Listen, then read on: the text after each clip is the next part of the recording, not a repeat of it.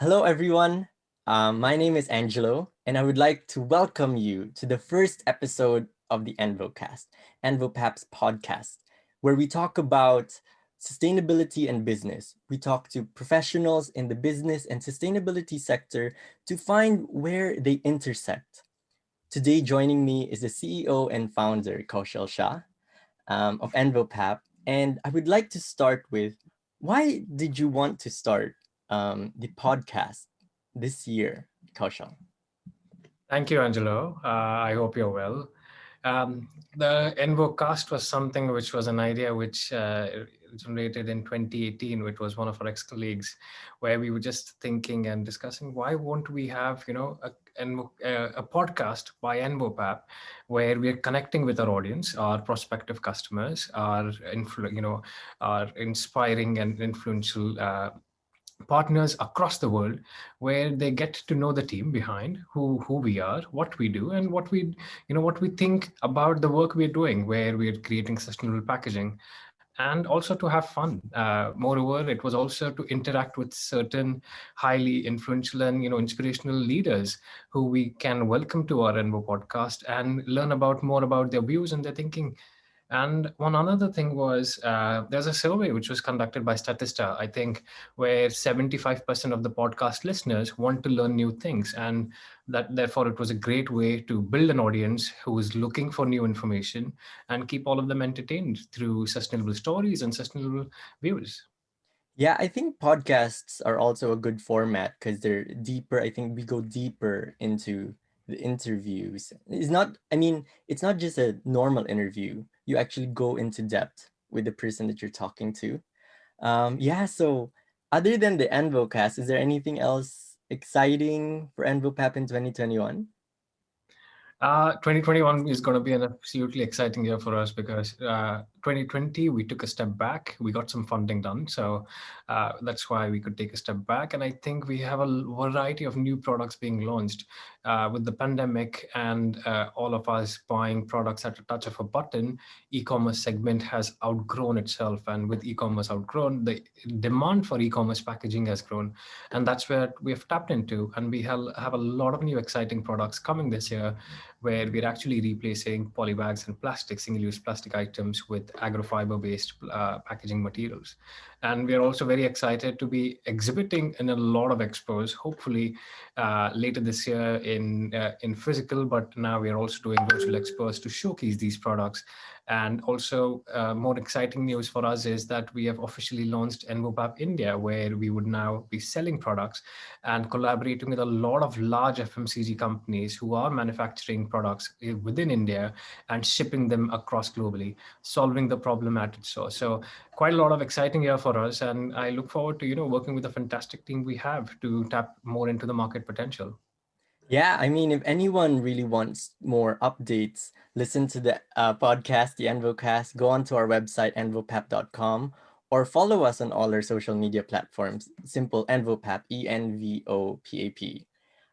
Yeah, so I'd like to move on just to keep this short to our first guest. This will cut away to the interview that we did to Pradeep Tharakan. Just a short introduction for him. He currently serves as a principal energy specialist at the Asian Development Bank. We'd just like to give a disclaimer that even though Pradeep comes from there, that his views are his own, and that opinions that he's giving today are of his own. He works in the Thailand office, and he's overseeing sovereign lending and policy support for clean energy and climate mitigation activities across Cambodia, Laos, Malaysia, Myanmar, Thailand, and Vietnam. He is someone who has had over 17 years of experience working with organizations and government bodies on climate change issues and global energy. So we thought he'd be an excellent guest to the EnvoCast. And without further ado, I present to you our first interview.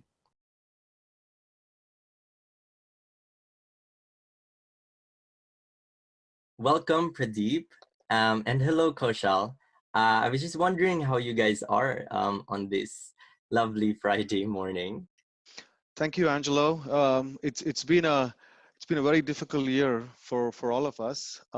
It also has been a very busy year for me. I think the theme of sustainability and sustainable production, consumption, clean development, these have all sort of become much more front and center on people's minds. Mhm. And there's been a lot more focus on the kind of work that I do. So yeah, it's been busy in that sense. And you, Koshal? Yeah, absolutely. Completely agree with Pradeep. It's been an important year for us as envoPAP because the kind of products we've been looking to make, we've been seeing the value addition because of the rising demands for sustainable products, and at the same time, with the carbon emissions going down, with our people not being able to travel, e-commerce industry has seen a huge boom, and that's the reason why it's been an extremely exciting year because we have a lot of projects going on, and every industry is looking to move to sustainable packaging. So very excited, and it's been a difficult year in terms of health wise, but as a company we've grown as well. So really look forward to it. Yeah, it's amazing that considering it's a pandemic, both of you are still really, really busy. And yeah, so I realized that there was a through line of sustainable production and consumption with both of you. So Pradeep, can I just ask you, what is sustainable production exactly, and how do we engage with it? How does someone of an average person engage with sustainable consumption and production? Yeah, sustainable production and consumption as a concept is not new. I think Mm-hmm. one of the first proponents of this concept was Kenneth Boulding. So he published an essay in nearly 50 years ago, 1966, and the essay was titled "The Economics of the Coming Spaceship Earth." And in that essay, he differentiates how humans have approached the Earth traditionally, and he calls it the cowboy economy. And that kind of an approach is characterized by this notion that the earth is limitless in terms of resources, and humans interactions with the earth has been one of exploitation, about grabbing what we wanted, rapacious, an element of greed, monstrous greed, if you will. And also the assumption that the earth can assimilate or absorb all of the waste that we generate. Um, but he says that's not the case. And going forward, we need to look at our relationship with the earth in a different way. And he characterizes the earth as, and the economy as the spaceship earth economy. And what that means is the earth is like a spaceship. I mean, it is a metal tube, and there is only a fixed amount of resources on it. And we have to make do with what's there in that metal tube, if you will. And the wastes we generate are really going back into that same space. And so the assimilative capacity is not unlimited, it is very limited. So this marks a fundamental shift. And what that means for us is that it changes our relationship with nature. We have to look at it differently.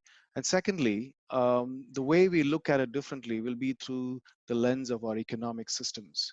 Because fundamentally, how we interact with resources, how we use it, and how we generate waste are all guided by economic principles.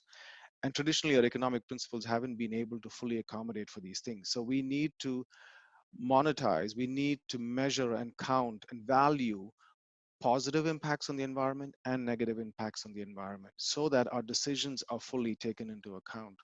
And this applies to all of us. It applies to governments, it applies to individuals, to communities, and the private sector.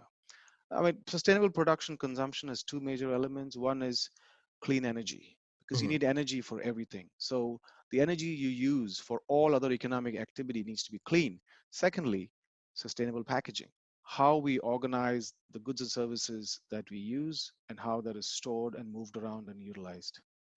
Right. And from what I understand, energy is a sector, specifically clean energy is a sector that you work in. So what could you tell us more about the work that you do? Sure. Yeah, by the way, I work for the Asian Development Bank. And Mm-hmm. just a disclaimer that the views that represented today that I'm expressing are my own. They do not represent the views of the ADB, its management, or the board of directors. Mm-hmm. Um, so my role is I work out of Bangkok. I work in the region, which is known as Mm-hmm. the Greater Mekong Sub-region that stretches from Myanmar all the way to Vietnam, includes countries in between Laos, Cambodia, and Thailand. And my role is to work with governments and state-owned entities, public utilities, energy utilities, trying to get these entities to look at new ways of generating, transmitting, and distributing electricity and energy. So I help them with the advisory the pre-feasibility studies, the feasibility studies, and the financing, and also all of the policy work that goes alongside. So primarily helping countries to think of cleaner ways of generating electricity and utilizing it. Okay. And the other element that you were talking about was sustainable packaging and production. Kaushal, maybe you could expand on that a little? Oh, so I definitely feel, with the upheavals of lockdown, the packaging industry is seeing a huge amount of disruption. And COVID-19 has completely redefined sustainability. Mm-hmm. Consumers' current top priorities are, staying healthy and spending as little as possible. But here the real challenge is how to deliver a truly sustainable packaging solution now that we are looking to bolster to current new green credentials. It has also, forced packaging companies or FMCG large plastic polluting companies to speed up their decisions. But environmentalists still say, that there might be a reactionary shift back to post-COVID, going back to the same resources, and that's the biggest fear. And moreover, uh, at this point of time, waste management is going to be a futuristic issue. So, in terms of sustainable packaging, if we are taking the right steps of moving away from plastic, but we should have a much more long term mindset in terms of how are we going to scale up? How are we going to make sure that we currently meet the demands? And if yes, how and which materials are going to be able to suffice? Because as the world population is growing, we are totally at 7 billion. As the world's population is growing, packaging is going to become an important sector as a whole. And reusable packaging is also currently becoming a huge push. And at this moment of time, we are in, the words single use and plastic have become red flag badges of dishonor for the blue planet generation of shoppers. Yeah. So sustainable packaging is currently, completely redefining with the pandemic. Yeah, it's interesting that you brought up consumers because I feel like, especially personally as a consumer as well, I'm more aware of climate change as a big issue, and I know that's something that envoPAP and Pradeep, you as well, is very. It concerns the work that you do, specifically in Southeast Asia. And I know you were talking about speaking to governments, so I have two questions for you actually. It's one is, could you tell us about the specific risks posed to the region, climate change in Southeast Asia, and how these government bodies are responding to you and how you're trying to engage them? Yeah, Southeast Asia, it's a wonderful part of the world. A lot of tourists come here. It's a very beautiful part of the world. You've got Yeah. large river deltas, you've got long coastlines, you've got islands, you've got volcanoes, you've got tropical forests. What that means is this region is also then particularly susceptible to climate risks. Flooding, droughts, storm surges, severe weather events, landslides. These are all quite common in Southeast Asia. And as the climate changes and as weather systems change, one can expect to see more of these. Especially because you have very large cities that are on the coast. Some of the largest cities in the world are in Southeast Asia. You've got Jakarta with over 20 million people in the greater Jakarta area. You've got Bangkok, you've got Ho Chi Minh, or you've got Manila. And so, one really needs to think about how these large urban areas are going to cope. A case in point is Jakarta. This is a city that is actually sinking. Mm. They have measured the city is sinking by about 20 centimeters every year. And this has been something that's happening for decades, so much so that the government has initially talked about building a large seawall to keep out the sea. But the costs are prohibitive, and it wasn't really clear that the project was going to work. And so last year, the government announced that they were going to shift the capital from Jakarta on Java to Kalimantan in Borneo. That's a couple of thousand kilometers away. Mm. Can you imagine the scale of that project to Yeah. move an urban area of 20 million people, people who have lived there for decades, for generations, moving the entire government infrastructure, the entire commercial infrastructure, rebuild, building a city from scratch. So now, because of the ongoing pandemic, the government has put a hold on that project. I mean, given financial stress, and so it's not going to happen in the near term. But the reality is, they do need to do something about Jakarta's future. So that's an example of the kinds of risks that are posed in the region. Right? That brings me to your, the second part of your question is that how do we engage with the government on Mm, climate change issues? Now, Southeast Asia is also, it's a developing part of the world. And so a lot of the local leaders are still grappling with everyday governance issues, right? How do we provide clean drinking water to our population? How do we provide electricity? How do we manage local air pollution? How do we manage traffic congestion? How do we provide safe sanitary services to our people? So the trade-off that they have to face every day is between thinking about long-term climate change impacts and the mitigation measures and the short-term everyday needs. And so when I'm engaging with local leaders, I find that it is more effective for me to focus on their immediate problems and find solutions for those problems in such a way that the longer term goal of climate change is also addressed. So it's almost like you are killing two birds with one stone, if you will. If you do smart local development for today, you will also be addressing climate change concerns in the long term. For instance, if you look at mass rapid transit, if you look at clean energy generation, you look at effective waste management, you look at moving people away from cars into public transport systems. Um, if you move away from burning coal to renewables, you are also helping local air pollution. So that's how I find it easier to sell them. So Pradeep, I was very interested in what you were talking about with regards to immediate solutions or offering immediate solutions to a lot of governments. Could you maybe expand on that or give us an example of the work that you did before with regards to working with the government or a local body? Okay, yeah, let's take the case of solar energy, right? Yeah. Or even rooftop solar. So you've got governments that are grappling with the need to provide electricity to its citizens, but they don't necessarily have all the funds needed for all the investments. And so rather than relying on their own resources and rather than relying on traditional sources of generation, such as coal, solar energy provides a new form of energy generation that addresses all of their requirements. Firstly, it's clean, so you can address local air pollution challenges.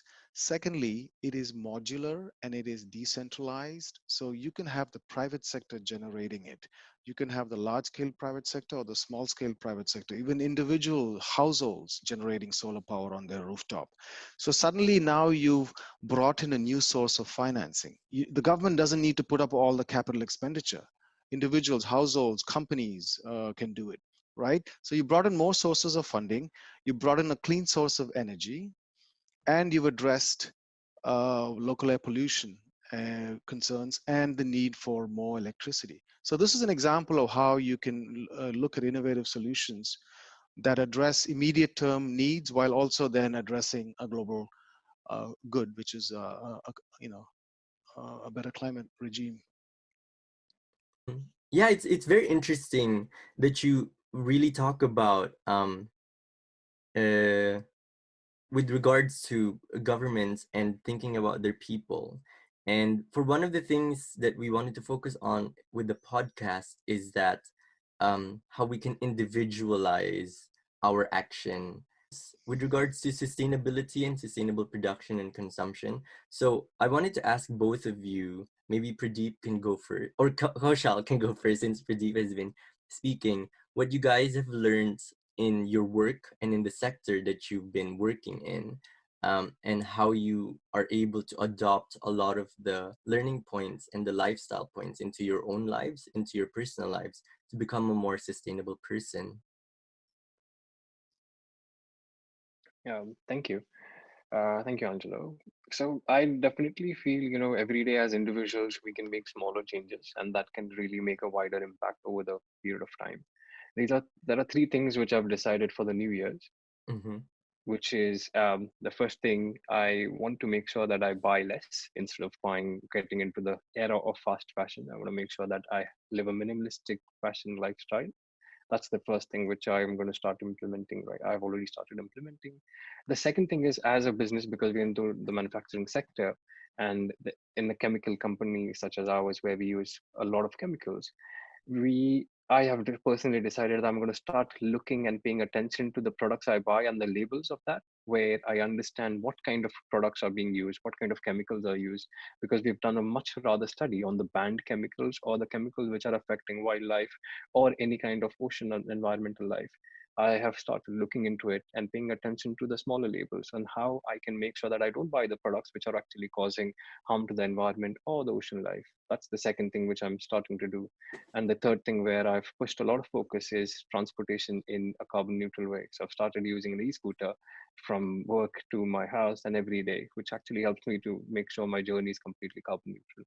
So these are small changes which I've implemented. And of course, not using plastic and making sure that the purchases we do are from fair trade products. So these are some things where, each of us individuals can always put up. Which is not actually that difficult, to be fair. It's a bit more simpler than people make it out to be. What about you, Pradeep? What do you do in your life to become more sustainable? Yeah, I mean, it's all about tiny habits, right? Yeah. As psychologists are showing us now that information doesn't always lead to behavioral change. I mean, we all know that we need to exercise. We all know that we need to sleep better. But do we actually do it? We can read all the books in the world about this stuff, but we don't actually, it doesn't really change our behavior. And what really changes behaviors is that those small acts and setting up tiny habits, starting off a process of transformation. So I think that's where we all need to start. Simple things like make sure every time you leave the room, switch off the lights. And every time, if you're going to go out for a day out to the mall or to stepping out to spend the day outside, take a water bottle with you so you don't buy water outside, and take a disposable straw with you. I mean, this is my kids have taught me this. The current generation is so much more focused on being green and being more kind to the environment, and also they're able to actually follow through. I mean, our generation, my generation, knows all the theory, but we don't always follow through in practice. We're good at lecturing other people, but I think the current generation is so much more with its actual practical, manifestations. So yeah, I mean, just and also when you go to restaurants, if you ask them for recyclable or edible straws, and ask them before they bring you the drink, because often they just put the straw into your drink and then it's single use, and then that thing is going to lie in a landfill for 200 years or what have you, right? And then I think also as individuals, we can start to voice our preferences within our Mhm. communities. So talk to your local leaders, talk to your councillor, talk to your mayor about making your cities more mass rapid transit friendly, providing more parking spaces for bicycles. Try to ride a bicycle to work if it is safe. Please wear a helmet when you do so, right? And then, looking at labels, as Kaushal was saying, being much more sensitive to where do your products come from, and how is it made, and then writing into companies. If you find something that's unacceptable, write into the companies. They are very Mhm. sensitive these days. They have all signed on to lot of the large corporations have signed on to global carbon reduction, emission reduction targets like the RE100 or the Science Based Targets program. They are ultra sensitive to these sorts of things now, and then use the power of social media to sort of bring to bear and focus on practices that need to change. So these are all ways in which you can work at the individual level, at the community level, and then also influence large corporations. Yeah, I really love how it's your kids who are now policing the way that you live. Yeah, I think yeah. that's quite funny. Yeah, I think to me, as someone from the younger generation, I think it's always good to empower yourself, and that to anyone who's listening, it might sound intimidating, especially when you hear people talk about how they're becoming more sustainable. But I will say this much: when you start with one, you can just literally just start with any one of those acts or any act that you find, and it will actually lead you to doing more because you become more aware of your impact on the environment or society, because sustainability is more than just about the environment. It's also about social development. Yeah, and thank Yeah, you and for. Angela, if I could, sorry, it Yeah, didn't. no worries. And another thing is going vegetarian, and Yeah. I know it's not easy. But what again, tiny habits, right? Tiny steps. What you can do is try and eat less meat, cut back on meat consumption, because, as you know, there's plenty of research out there that large scale industrial production of meat is harmful for the environment. Yes. It is harmful both in terms of local pollution, land, water pollution, and also in terms of global climate change and carbon emissions. So why not try to limit the amount of meat we eat? Plus, it's got health benefits too. So I have personally become a vegetarian. I don't recommend everybody do it and do it immediately. But all I'm saying is let's all be a little bit more aware of the impact that large scale meat production is having on the environment and its consumption is having on our health, and try to limit that. Amazing. Yeah, thank you for that. I think it's a really good note to end on. It's quite optimistic. Thank you very much for joining us today, Pradeep, for our first envoCAST episode. Thank you very, very much. And Kaushal as well. Thank you for your contributions to the conversation. Thanks for Thank you. having me. Thank you, Angelo. Thank you, Thank Pradeep. you.